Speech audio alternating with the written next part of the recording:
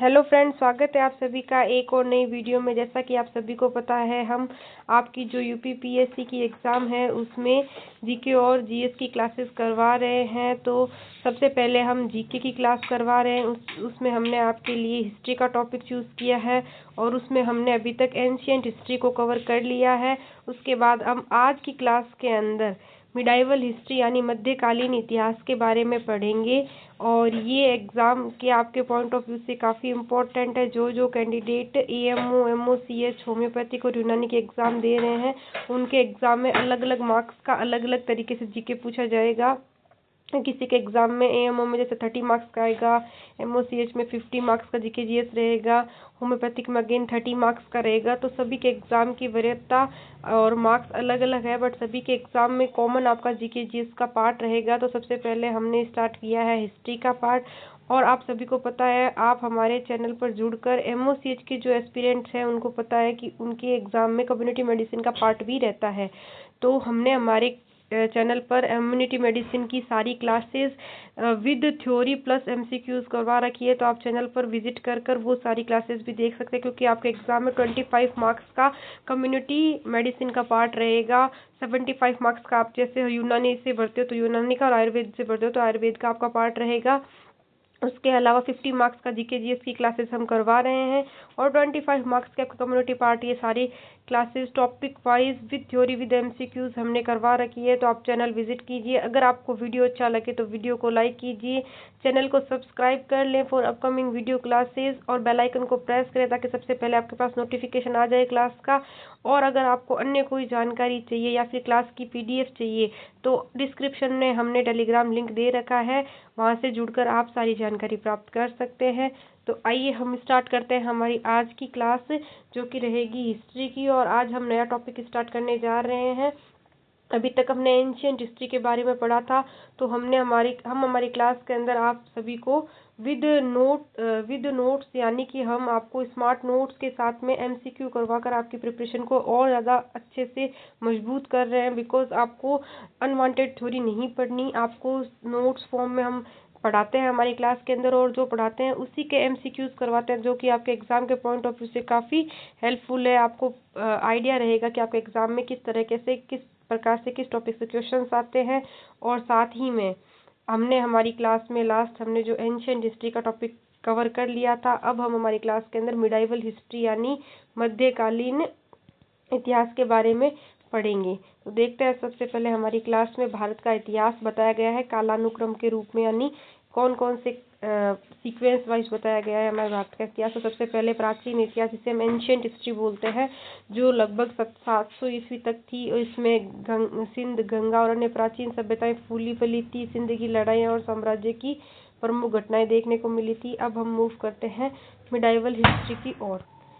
और मध्यकालीन इतिहास जो लगभग 700 ईस्वी से 1800 ईस्वी तक है, उसको दो भागों में बांटा गया है। जैसे दिल्ली सल्तनत 1206 से 1526 ईस्वी तक, और जिसमें भारत में पहली बार मुसलमान शासकों का स्थायी शासन देखने को मिला था। प्रमुख सुल्तान थे कुतुबुद्दीन ऐबक, इल्तुतमिश और अलाउद्दीन खिलजी। और मुगल काल था नेक्स्ट पीरियड। दिल्ली सल्तनत काल के बाद में मुगल काल पीरियड था, जिसका था कार्यकाल 1526 से 1707 ईस्वी तक का। बाबर ने पानीपत की लड़ाई में विजय प्राप्त की और मुगल साम्राज्य की स्थापना की थी। इसके अंदर प्रमुख शासक देखने को मिले अकबर, जहांगीर, शाहजहां और औरंगजेब। इस समय काल में कला, संस्कृति, स्थापत्य और प्रशासन बहुत अधिक विकसित हुआ था। यूरोपीय कंपनियों का आवागमन हुआ था 1707 से 1800 ईस्वी तक। जब मुगल साम्राज्य कमजोर हुआ तो ब्रिटिश ईस्ट इंडिया कंपनी सहित यूरोपीय कंपनियां भारत में व्यापार और सत्ता के लिए आई। आधुनिक इतिहास के बारे में देखते हैं फिर हम। तो 1800 से 1947 ईस्वी तक, यानी जो मॉडर्न हिस्ट्री है उसमें इस काल में ब्रिटिश शासन और स्वतंत्रता संग्राम प्रमुख थे। और 1947 में भारत जो है हमारा आज़ाद हुआ था। अब हम देखते हैं, ये तो था सुपरफिशियल हमने जो देखा कि जो इंडियन हिस्ट्री का है जो सीक्वेंस है, सबसे पहले एंशिएंट हिस्ट्री आती है। इसकी सारी क्लासेस हमने नोट्स के साथ और एमसीक्यूज के साथ कवर कर ली है। तो अगर आपको इसकी भी क्लासेस देखनी है तो आप चैनल पर विजिट कर सकते हैं, आपको एंशिएंट हिस्ट्री की सारी क्लासेस मिल जाएगी। उसके बारे में हमने डिटेल से पढ़ा है विद एमसीक्यूज। अब हम स्टार्ट करने जा रहे हैं मिडाइवल हिस्ट्री यानी मध्यकालीन इतिहास के बारे में। उसके बारे में जो जो इम्पोर्टेंट बातें हैं वो हम देखेंगे हमारी क्लास के अंदर। तो मध्यकालीन इतिहास क्या है, अब हम देखते हैं इसके बारे में। तो मध्यकालीन इतिहास है वह समय जो प्राचीन और आधुनिक इतिहास के बीच में आता है, ठीक है। जो एंशियंट और मॉडर्न हिस्ट्री के बीच का समय है वो मिडाइवल हिस्ट्री कहलाता है, इसलिए इसे अंग्रेजी में मिडाइवल हिस्ट्री कहते हैं। और भारत में इसे अक्सर 8वीं शताब्दी से 18वीं शताब्दी तक माना जाता है। यह समय कई राजवंशों, साम्राज्यों, सामाजिक सांस्कृतिक बदलावों का था। इसके अंदर कई प्रकार से चेंजेस देखने को मिले थे। अब जो मिडाइवल हिस्ट्री का पार्ट है उसको 2 भागों में बांटा गया था। प्रारंभिक जो पार्ट है उसका जो कार्यकाल था वो 8वीं से 12वीं शताब्दी तक था। इसके अंदर क्या था, छोटे छोटे राज्य और साम्राज्य बने हुए थे। प्रमुख राजवंश देखिए, पाल, चोल, रावल वंश और राजपूत वंशों के बारे में देखने को मिलता है। और इस समय हिंदू और बौद्ध धर्म का प्रभाव अधिक था। कला और स्थापत्य में मंदिरों का निर्माण हुआ था। उदाहरण देखिए, कांचीपुरम और खजुराहो के मंदिर, इनका काफी अच्छी तरीके से निर्माण और इनका कार्य पे जोर दिया गया था। बौद्ध धर्म का भी अधिक ज्यादा प्रभाव देखा गया था। उसके बाद आता है हमारे पास उत्तर मध्यकाल का समय। इसकी जो था टाइम पीरियड वो था 12वीं शताब्दी से 18वीं शताब्दी तक। और इस समय में भारत में मुसलमानों का आगमन हो गया था, मुस्लिम शासकों का आगमन हो गया था। और ये प्रमुख शासक कौन थे, दिल्ली सल्तनत और मुगल साम्राज्य थे ये प्रमुख शासक। और इस समय में इस्लामी कला, स्थापत्य और प्रशासन विकसित हुआ, जैसे कि कुतुब मीनार का निर्माण, लाल किले का निर्माण और ताजमहल का निर्माण इस कार्यकाल में देखा गया। समाज में भक्ति आंदोलन और सूफी आंदोलन का उदय हो गया था, जिससे कि लोगों को धर्म से जोड़ने का काम किया। अब हम देखते हैं मध्यकालीन भारत की विशेषताओं के बारे में। तो राजनीति, इसके अंदर देखी गई छोटे बड़े जो राज्य है, सामंतवाद है और साम्राज्यों का उदय देखा गया। राजनीतिक अच्छा प्रचार प्रसार था। सामाजिक जीवन में जाति व्यवस्था का विकास देखने को मिला। महिलाओं और किसानों की स्थिति में बदलाव देखने को मिला। धर्म, भक्ति और सूफी आंदोलन देखने मिले, जैसे हिंदू मुस्लिम का मिश्रण देखने को मिला। अर्थव्यवस्था पे जोर दिया गया, जैसे कृषि प्रधान समाज पर विकास पे कार्य किया गया। व्यापार और कर प्रणाली का भी विकास देखने को मिला। कला और संस्कृति, जैसे स्थापत्य, चित्रकला, संगीत और साहित्य और नाटक इत्यादि पर जोर दिया गया। शिक्षा में मंदिर और मदरसा शिक्षा के केंद्र बने थे प्रमुख। अब हम देखते हैं सिंध की लड़ाई के बारे में। सिंध की लड़ाइयाँ यानी बैटल ऑफ सिंध के बारे में। तो जो सिंध है वो आज के पाकिस्तान का हिस्सा है, ठीक है, और प्राचीन भारत का महत्वपूर्ण क्षेत्र था। पहले ये इंडिया के अंदर था, अब जो है पाकिस्तान का पार्ट है। और ये इम्पोर्टेंट पार्ट था एंशिएंट हिस्ट्री में हमने जो पढ़ा था। और यह राजवंशों और विदेशी सेनाओं के बीच लड़ाइयों की कई लड़ाइयाँ हुई थी यहाँ पर। ये सबसे प्रसिद्ध लड़ाई जो हुई थी वो 1712 ईस्वी में मोहम्मद बिन कासिम का आक्रमण था, ठीक है। और मोहम्मद बिन कासिम के आक्रमण में उन्होंने सिंध और मुल्तान के सभी क्षेत्रों पर अरबों के शासन की शुरुआत कर दी गई थी। इसका उद्देश्य था सिंध में अरब साम्राज्य का विस्तार और स्थानीय राजाओं से लड़ना। सिंध के आक्रमण के बाद इस्लाम भारत में पहली बार स्थापित हो गया था। उसके बाद हम देखते हैं अरबों का आक्रमण।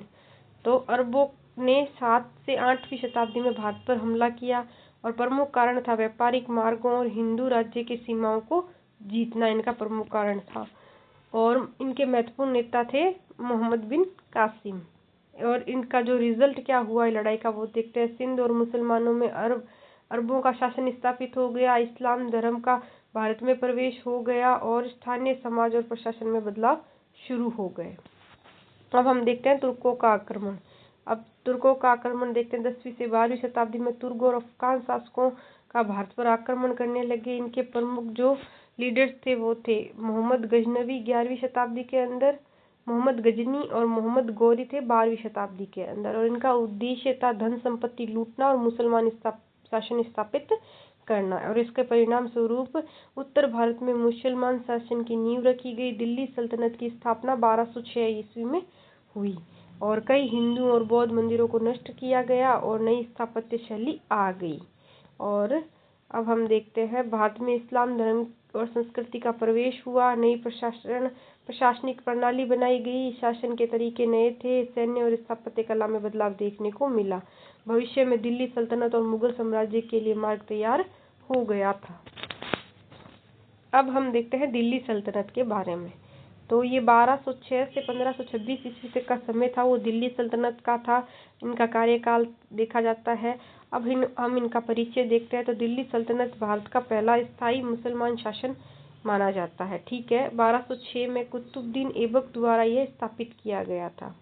ठीक है, ये चीज़ आप अच्छे से याद रखना। इसको पहला जो मुस्लिम डायनेस्टी थी वो देखी गई थी दिल्ली सल्तनत में, और कुतुबुद्दीन ऐबक द्वारा ये स्थापित की गई थी 1206 ईस्वी के अंदर। और सल्तनत का मतलब था सुल्तान का राज्य, और यह शासन लगभग 320 साल तक 1206 से 1526 उत्तर भारत में रहा। और सुल्तान के मुख्य वंश के बारे में देख लेते हैं। तो दिल्ली के सुल्तान के प्रमुख 5 वंश थे। सबसे पहला है मोतोदी वंश यानी मालमुक स्लेव डायनेस्टी, जिसे 1206 से 1290 ईस्वी तक इनका रहा, और इनके संस्थापक थे कुतुबुद्दीन ऐबक। और अन्य शासक थे इनके कार्यकाल में इल्तुतमिश, रकुनुद्दीन फैज, शमसुद्दीन इल्तुतमिश। और इनका प्रमुख योगदान था कुतुब मीनार का निर्माण और प्रशासनिक व्यवस्था पर जोर देना। नेक्स्ट जो था इनका वंश वो था खिलजी वंश, खिलजी डायनेस्टी 1290 से 1320 ईस्वी में देखने को मिला। इनका प्रमुख शासक था अलाउद्दीन खिलजी, और इनकी विशेषताएं थी सेना मजबूत करना, भूमिगत सुधार करना, दक्षिण भारत पर आक्रमण, और दक्षिण भारत के चोल, होयसल, विजयनगर साम्राज्यों पर आक्रमण करना। उसके बाद आया तुगलक वंश। तुगलक डायनेस्टी के बारे में 1320 से 1440 तक ये इन्होंने राज किया। इनके प्रमुख शासक थे गयासुद्दीन तुगलक, मोहम्मद बिन तुगलक और फिरोज तुगलक। और इन्होंने नई राजधानी बनाना और जैसे कार्य किए, कर और मुद्रा में बहुत बड़े सुधार देखने को मिले, और कई बड़े प्रशासनिक प्रयोग भी देखने को मिले इनके कार्यकाल के अंदर। जो सैयद वंश था वो 1414 से 1451 ईस्वी तक इन्होंने राज किया। इनका कमजोर शासन देखने को मिला, कई बार इनको विदेशी आक्रमण से दबाव भी देखने को मिला, और शासन की अस्थिरता और कमी होने के कारण इनकी कला और संस्कृति थोड़ी हद तक ठीक थी, बाकी इनका शासन कमजोर माना जाता था। जो नेक्स्ट डायनेस्टी है वो लोदी डायनेस्टी है, और इनके प्रमुख शासक थे ब्राह्म लोदी और सिकंदर लोदी। और कृषि सुधार और सेना का संगठन देखने को मिला। 1526 में बाबर ने पानीपत की लड़ाई पर जीतकर मुगल साम्राज्य की नींव रखी थी। अब हम देखते हैं दिल्ली सल्तनत की विशेषताएं। तो राजनीति में एक मजबूत सुल्तान और उसके नीचे प्रशासनिक अधिकारी देखने को मिलते थे, और सेनाओं का बड़ा महत्व देखा जाता था इनके कार्यकाल में। और सैन्य और युद्ध नीतियां अलग अलग प्रकार की देखने को मिलती, जैसे घुड़सवार सेना, तीर धनुष, किले। दक्षिण भारत पर कई बार आक्रमण किए थे इन्होंने। और धर्म और समाज के लिए इन्होंने इस्लाम धर्म का विस्तार किया, और हिंदू और मुस्लिम संस्कृति का मिश्रण करके इन्होंने प्रचार प्रसार किया। कला स्थापत्य में कुतुब मीनार का निर्माण हुआ, किला ए मुरादाबाद का, और कई मस्जिदों का निर्माण किया गया। किलों और मस्जिदों में इस्लामी स्थापत्य कला को देखने को मिलती थी। अर्थव्यवस्था के बारे में देखें तो अर्थव्यवस्था में कर प्रणाली, ज़कात और खराजा के रूप में देखने को मिलती थी, और कृषि व्यापार का विकास देखने को मिला। गुलाम वंश के बारे में हम जो इनकी पहली डायनेस्टी थी उसके बारे में हम अच्छे से स्टडी करते हैं। तो सबसे पहले था हम गुलाम वंश की बारे में पढ़ेंगे। अब हम देखते हैं गुलाम वंश का परिचय। ये गुलाम वंश है जो दिल्ली सल्तनत का पहला वंश था। इसका जो शासनकाल था वो 1206 से 1290 ईस्वी तक चला, और इसे स्लेव डायनेस्टी इसलिए कहा जाता था क्योंकि इसके जो अधिकांश शासक थे वो सैनिक या गुलाम थे, इसलिए इनको इस डायनेस्टी को स्लेव डायनेस्टी यानी गुलाम वंश कहा जाने लगा। और इसके संस्थापक थे कुतुबुद्दीन ऐबक। और इन प्रमुख शासक और इसकी योगदान देखते हैं। तो कुतुबुद्दीन ऐबक ने शासनकाल में 1206 से 1210 तक शासन किया। देन गुलाम से सुल्तान बना और कुतुब मीनार बनवाना शुरू किया, और दिल्ली और आसपास के क्षेत्रों में अपने शासन की नींव रखी। अब हम देखते हैं इल्तुतमिश के बारे में, जिन्होंने 1211 से 1236 तक शासन किया। कुतुब ऐबक का दत्तक पुत्र था और उत्तराधिकारी था, और दिल्ली को स्थायी राजधानी बनाया था। सिक्कों की प्रणाली और कर की व्यवस्था बनाई गई थी इनके द्वारा। कुतुब मीनार का निर्माण आधा ही हुआ था कुतुबुद्दीन के द्वारा, तो उसको पूरा करवाया इन्होंने, और प्रशासन और सेना को उन्होंने मजबूत किया। उसके बाद में आया रजिया सुल्तान का कार्यकाल। इनका कार्यकाल था 1236 से 1240 तक का। ये भारत की पहली महिला सुल्तान थी। बहुत बहादुर और सक्षम शासक थी। प्रशासनिक और सैन्य कार्यों में पुरुषों के बराबर सक्षम थी और विरोध के कारण इन्होंने सत्ता खो दी थी, क्योंकि महिला सबसे पहली थी जिनका राज्य हुआ था। अब गियासुद्दीन बनबन के बारे में देखते हैं। इनका कार्यकाल था 1266 से 1287 तक का। इन्होंने प्रशासन और सेना को मजबूत किया, सामंतों और विद्रोहियों में काबू किया, कड़े कानून लागू किए और भ्रष्टाचार को रोका और साम्राज्य को स्थिर बनाया। और गुलाम वंश की जो विशेषताएं थी वो है सैनिक शासन। अधिकतर शासक पहले से सैनिक या गुलाम थे, इसीलिए इसको गुलाम डायनेस्टी यानी गुलाम वंश बोला जाता था। इन्होंने अपने आप को राजा की उपाधि दी नहीं थी, पहले ही गुलाम ही थे। किला और प्रशासन, किलों का निर्माण और मजबूत प्रशासन देखने को मिला। धर्म और समाज में इस्लामी कानून और प्रशासन लागू किया गया। कला और स्थापत्य में कुतुब मीनार जैसी इमारतों का निर्माण किया गया। और इनका महत्व क्या था कि दिल्ली सल्तनत की नींव रखी और इसके बाद में खिलजी और तुगलकों के लिए मार्ग तैयार कर दिया गया।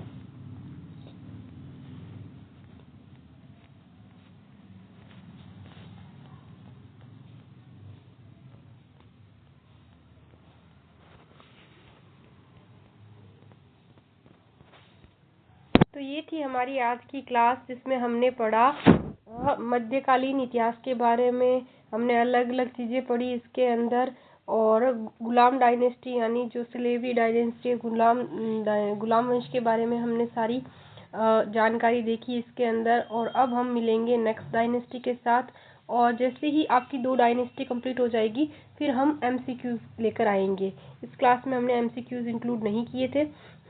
और अगर आपको ये वीडियो अच्छा लगे तो वीडियो को लाइक कीजिए, और अपकमिंग हिस्ट्री क्लासेस के लिए आप चैनल को सब्सक्राइब कर लें और बेल आइकन को प्रेस करें, ताकि सबसे पहले वीडियो का नोटिफिकेशन आपको मिल सके। और अन्य किसी जानकारी के लिए, और अगर आपको इस क्लास की PDF चाहिए तो आप हमारे डिस्क्रिप्शन में टेलीग्राम लिंक दिया हुआ है, उससे जुड़कर प्राप्त कर सकते हैं। मिलते हैं नेक्स्ट वीडियो में, नेक्स्ट क्लास में, नेक्स्ट टॉपिक के साथ। Thank you.